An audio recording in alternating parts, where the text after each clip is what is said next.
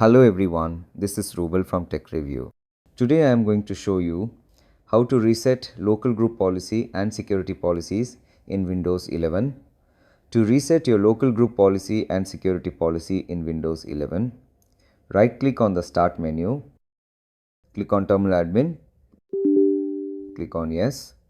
Now copy and paste this command into the terminal, press Enter.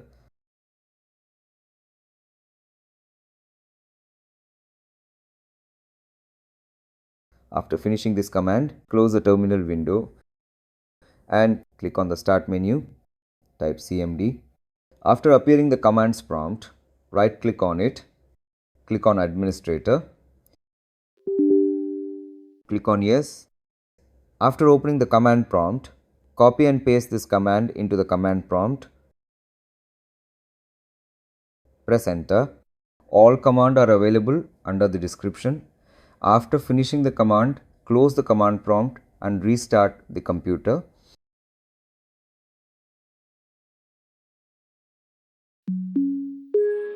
After restarting the computer, hope your problem is solved. Thanks for watching this video. Hope you like this.